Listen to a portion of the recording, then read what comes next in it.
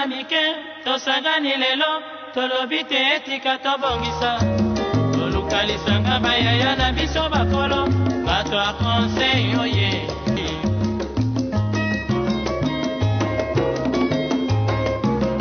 kobongisa mboka eponi motu te moto nyonso na mosala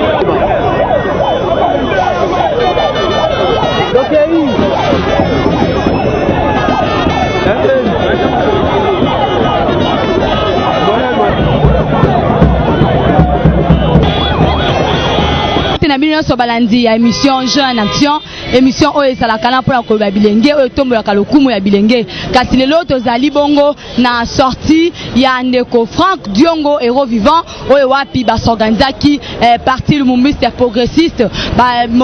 se mobilisaki mpona koya koyamba ye wana bokonstataki comment toutaki depuis na prison ya Makala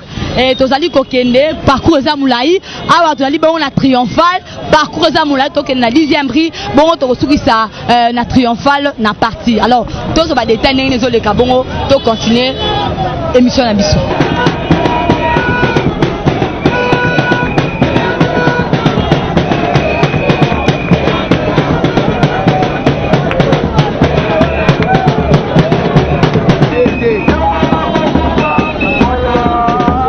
Et ça, journée moko historique.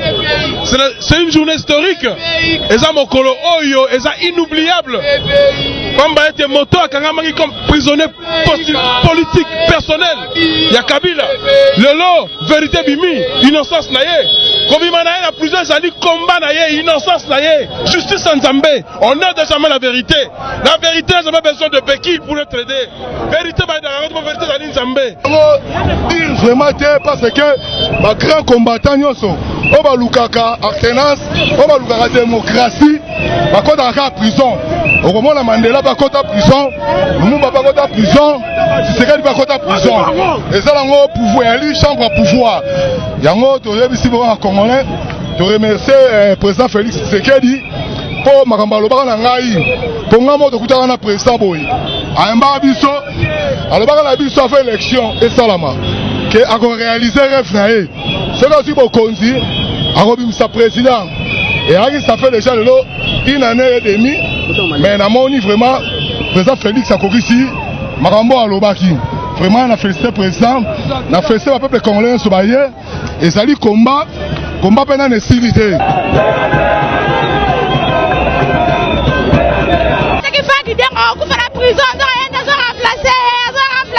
Procès la ngezali kaka kena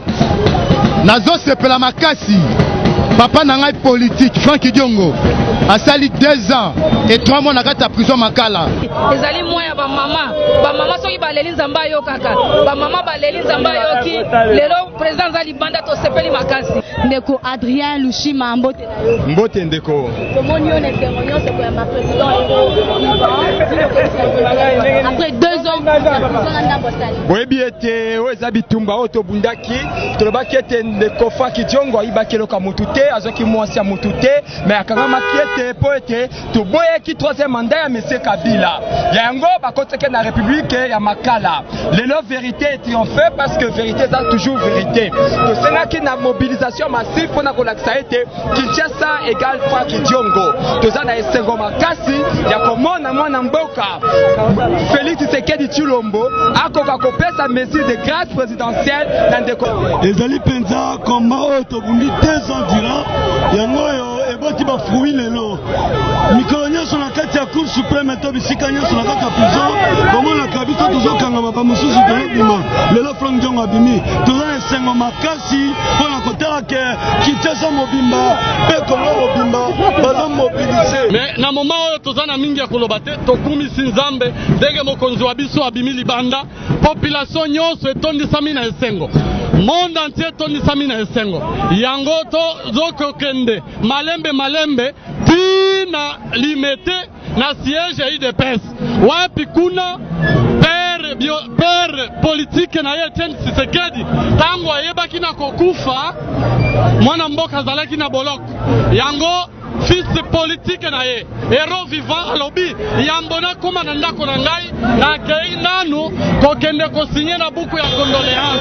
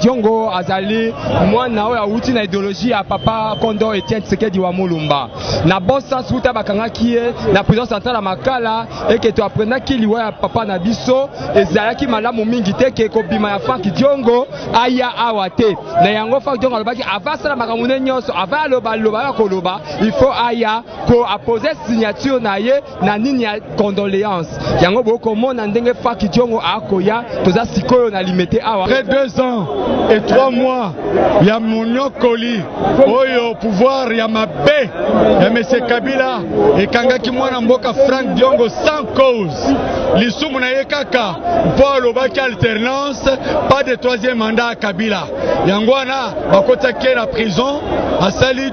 2 ans et 3 mois, lelo vérité et bimina poissa. Mokonzi Mboka ya Sika, Fati a l'objet Outa rassemblement tobeta masolo de crispation politique, il faut totika ma prisonnier politique. Outa tobundi pendant plus de 2 ans. Motomotema malamu ko sala ngwa la quitté le mwana mboka mwana ya tata ya démocratie Etienne Tshisekedi dans son âme ayeko rétablir vérité. Frank Diongo yo azali banda héros vivant Molangi Pembe Frank Diongo azali banda alors que alongwe plusieurs makandere directement à la IDPS. Pourquoi akoya directement à la IDPS? Mon côté a ignoré yango et que Frank Diongo azali fils politique ya Etienne Tshisekedi le père de la démocratie. Alors asenga ki babi misamwa liberté aya ko s'incliner na tombe ya papa pouvoir ya Moloki pouvoir ya Mobomi ya Kabila eboyaki na yango lelo wabimi na souci avandi nango papa na ye alobi avana koma même na siège na ngai avana koma même na résidence na ngai na kenan ko s'incliner d'une façon symbolique peut-être déposer gerbe de fleurs en l'honneur ya papa na ngai Etienne Tshisekedi yango tolongwe prison mbala mokoti awa pona aya ko rendre hommage na Kondo Etienne Tshisekedi le père de la démocratie.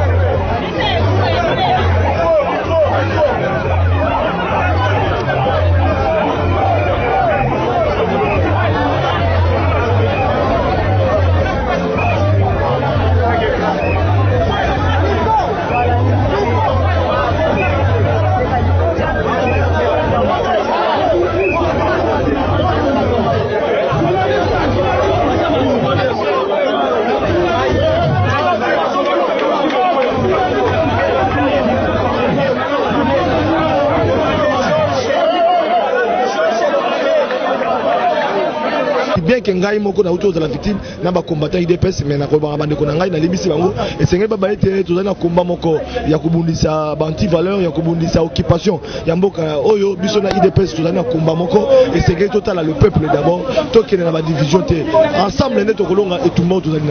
bola na siko ba réaction oyo. Merci mon amboka pour na mutuna. D'abord faut te remercier Dieu ouais garder qui est dans la prison. Par la suite aussi au nom excellence Papi Mantezolo, autorité morale à la nouvelle dynamique Congo,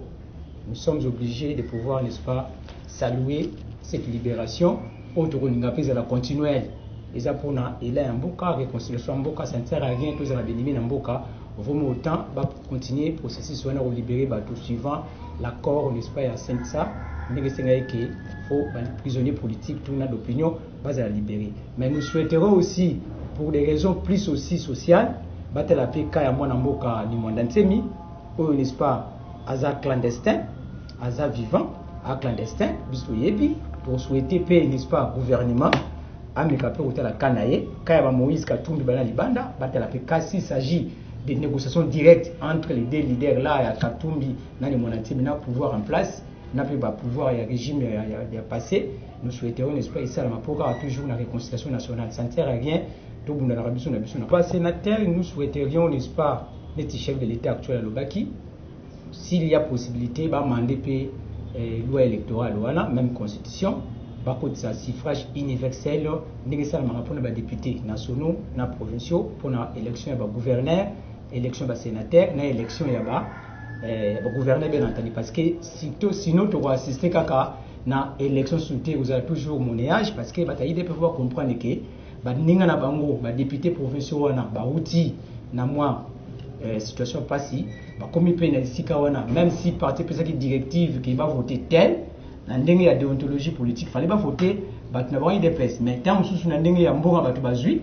yango ba tindi ba voter na la preuve te bazui mbongo parce que les appels faut vérifier ba jodi mbongo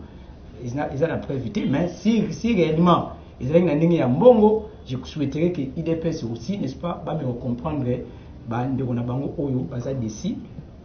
ba député wana ils n'ont qu'à demander pardon pour ba kotsa kinya na kati ya parti sinoté et vous allez moi passer ba ko discuter kaka mais quand Franck Diongo oui ko kenela yekuna ils a bien pas signé livre d'or parce que papa Tshisekedi azalaki parmi ba idole na bango c'est que normal wa kende kuna mais il aurait fallu peut attraper moment attraper temps. Comprenez, nous sommes politiques, la politique doit s'adapter aux réalités sociologiques des milliers. Nous sommes tous à une réunion, il y a un des cas. Mais tellement de monde que situation politique est bien terboka, de reporter réunion. Il aurait fallu payer Franck Diongo encore qu'il n'y ait pas lundi, mais peut-être erreur et c'est la mine de mon question de la bataille des PSP, va comprendre base de la paix qu'il n'y a pas de pouvoir, n'a pas bon conseil, base de pouvoir. Lorsque vous êtes au pouvoir, il faut avoir aussi une manière de réagir. Sinon, et une banette sur la position. Beaucoup de pouvoir, vous voyez, comment faut agir? Parce que si vous agir, vous pouvez un bâton de roues, na régime ya ndeko Félix Tshisekedi oh toi on passer la projet on passer la recette la montée les locaux respectent les lots ou éviter ceux qui l'état même si combien recette ni n'écoute na que ça l'état pour mon boulot là donc faut pas comme un peu tolérant bah le état des droits pas comme un peu tolérant et vous allez moi bien pour beaucoup évoluer. Songo mingi na sepeli mingi na sorti ya mwana mboka Franck Diongo aza kulutu na ngai Nambula et puis kulutu na politique parce que biso to côté na politique to kuti ba on politique déjà ba si ba bota ki misisa ko karamana ye selenga d'abord pasi na regretta ki mingi na ko karamana ye et le loza libanda azu mesure de grâce ya président de la République mwana mboka Félix Antoine Tshisekedi aza libanda vraiment na sepeli mingi pe na komisiza mepo lo samo na mikolo ezaki ke kulutu na Franck Diongo aza libanda azwa liberté na ye aya continuer combat oyo papa na ye ya politique et Tshisekedi ya mulumba atikilaki pona kobeta historia ya combat ya papa na ye akufa déjà pendant qu'il akufaki moi mwa Franck Diongo azaki na prison kasi lelo yo abimi alukaki akende ko signer en liste kasi akuti mbutu na IDPS oyo permettre yete accéder à sala oyo akana ko sala analyse ni zo sala par rapport ya oyo sur l'équipe wana bon analyse na nga na ko sala ezali ke aponi nde moment mabe ya ko kende ko lo signer livre lelo écoute vraiment en tant que tu sais que diste moi mboka Franck Diongo asali geste ya malamu kobima na ye na prison aleki mbala moko epai ya na permanence ya IDPS mpona kosouhaite bango bacondoléance parce que ntango kondo Tshisekedi akufaki ye azalaki na boloko mais nde ekoincide mabe à tenir IDPS rigueur te naza membre ya IDPS te mais quand même nakoki koloba pe à tenir IDPS rigueur te ekoincide mabe abimi na boloko akuti bango bazala kata mbutu na bango ya badéputé provinciaux na bango makambo basali vraiment mais sinon geste mo malamu asali zali akeno kolongwa na boloko mbala moko akena ndako na ete akei na siège ya IDPS ezali reconnaissance ou azala ngo vis-à-vis très décevant yango naza koyesa mwana mboka Fachi a tourné page ya badéputé provinciaux ya parti na ye IDPS parce que ezali bato oyo balataki kazaka ya IDPS baza na IDPS te balataki nde kazaka ya IDPS batamboli na yango na kati ya mboka po bakombata ya UDPS bavote bango bapesa bango bokonzi epuis bapesa bango bokonzi po bakende koteka, c'est-à-dire que bazali ensemble na mwana mboka Félix Antoine Tshisekedi te. Oyebi chance nango esalemi nini esalemi na ebandeli, donc mwana mboka Antoine Félix Tshisekedi amoni yango na ebandeli misala ebandi nanu te. Alors lokola amoni yango na ebandeli ere yango ngai na koconseiller ngai monsieur Oki Nzembela nazo conseiller mwana mboka mokonzi ya mboka na biso Félix Antoine Tshisekedi a tourné page ya badépute wana balobana français Kiabi Bwara bakosala so aventure wana na gouverneur zela okomona. Comment expliquer que 12 députés provinciaux, dans la logique des choses, 12 députés provinciaux, en tout cas, on a 3 sénateurs, sans discussion. 3 sénateurs, sans discussion. Soyoka, nous avons Mabimi, sénateur. Malamboka ya MLC, assumons d'ordre à présent là-bas. C'est sénateur. Besoin de mot d'ordre. Besoin de députés provinciaux, dans le ya IDPS. Il fallait qu'il dépasse 3 sénateurs dans la chasse à 12 députés provinciaux. Par contre, ça aventure, est-ce que c'est le lobby qui est amboli? Et ça paye à solo. Tout le banane, moi, je ne comprends pas les mots, pour y passer à la carte, voilà. D'abord, na 10e mairie, qui peut être comme Gaje Koko, oh, tenga il aura Batumona, oh, Batumona, candidat gouverneur. Oh, Gaïté, qui peut être, parce que Bazaraki obligé à combiner 3 sénateurs. Babimicité, na Chikoko la kati. Na Laura Batumona. Na Laura Batumona appelle la kati. Candidat gouverneur. Candidat gouverneur. Tout le Bachikoni. Bazali à ça, bazar ensemble na Mokozamboka. Bazar ensemble na Mokozamboka. Kasi kola ndeko Peter Kazadi o azali moko ya ba cadre ya IDPS. Yé quand même voix na eza reconnu, yé a voté qui parmi 12 wana exception ça yé. Moi mboka Peter Kazadi aza ko regretter na comportement ya bandeko na ye tout banini ye tout écarté ye tout oyebi moi mboka Justin na IDPS bato ya bosolo bato ya bosembo bazali bato oyo bayaki komi kotisa na IDPS pour la kaka élection nde bavatiri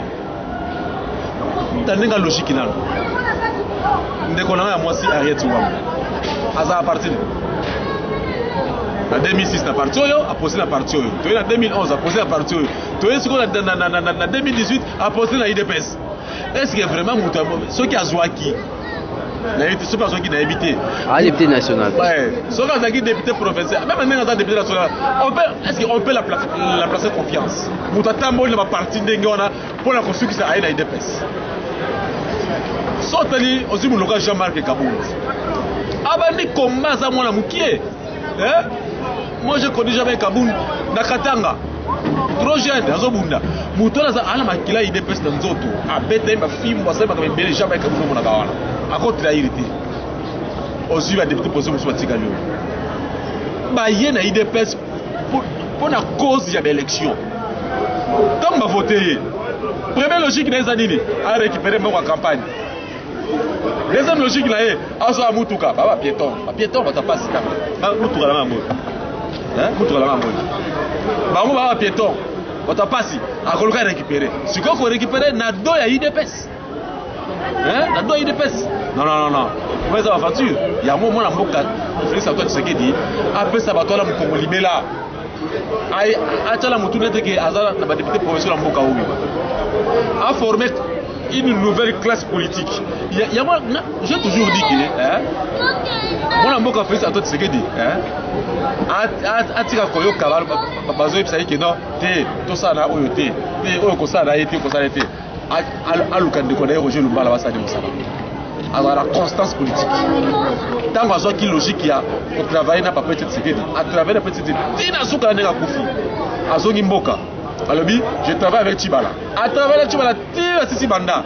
et ça veut dire que moi je travaille je soutiens Félix à travailler na tina suka muto oyo avec ko sunga mwana mboka Félix Tshisekedi sikoyo eza Roger Lumbala alukai alukaye ba c'était que odote oye alobaki na yo boye oye aswanisa que wanaza politique c'est l'équipe alukaye ba sa musala ba fantere ba se belé na IDPS le banini ya suko za on ba combattant oyo ba komisi dossier ngo on dirait ya ba parti politique ba ça déjà désordre dans rappelé na siège ya PPRD et ba siège belé ya majorité ba ça ba désordre le message ne ko lancer na ba combattant ba ko na biso ya IDPS wale za famille na ngai bien que na façon na IDPS te mais za famille na ngai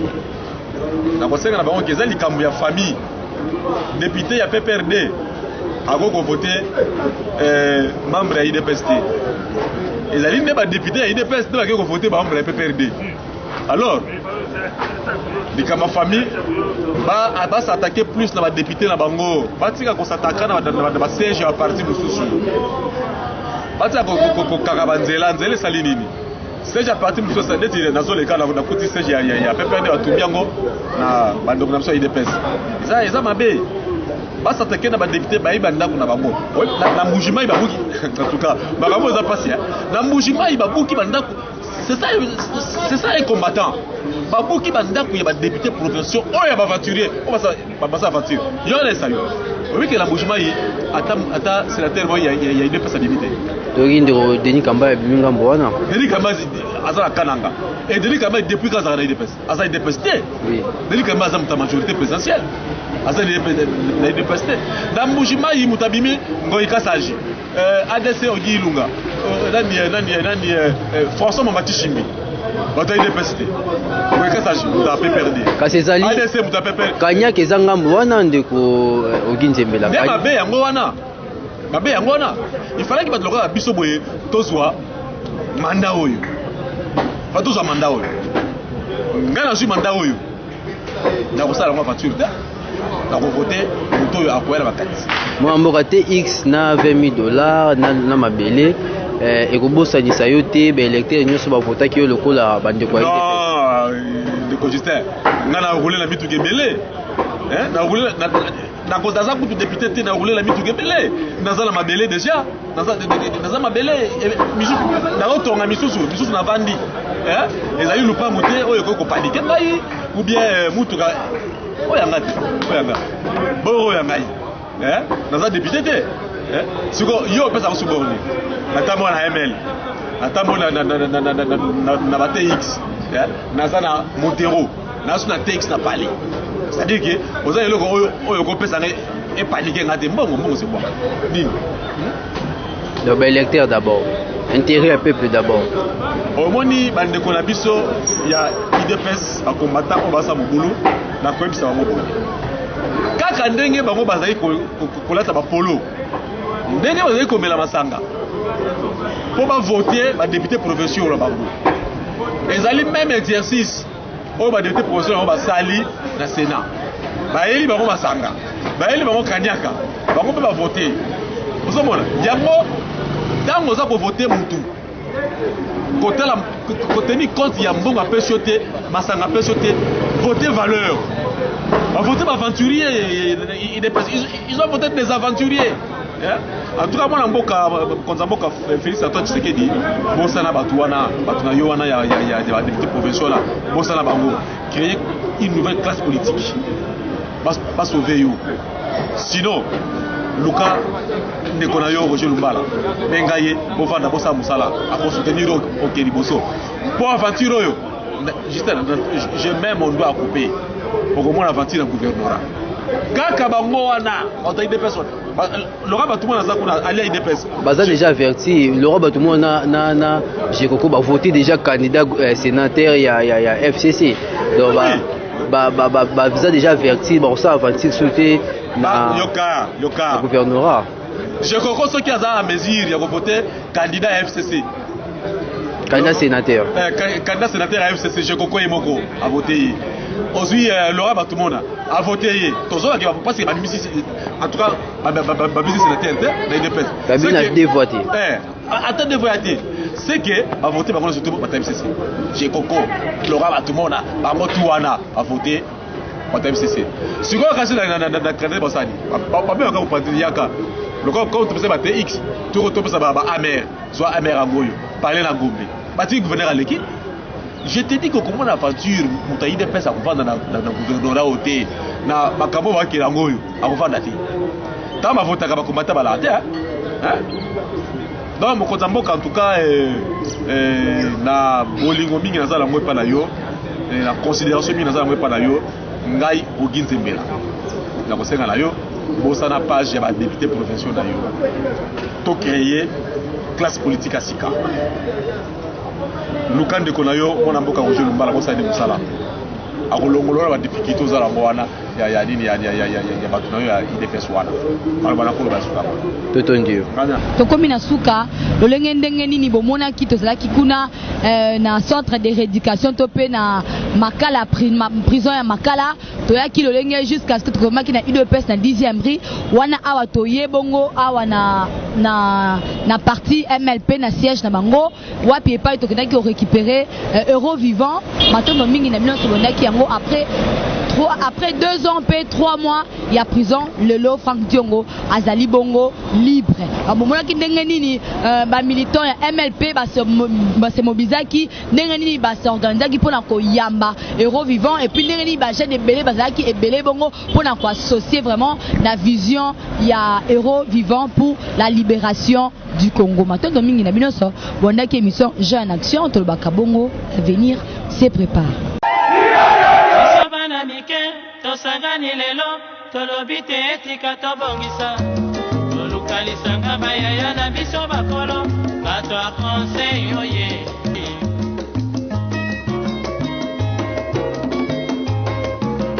kobongisa mboka eponi motu te moto nyonso na mosala aha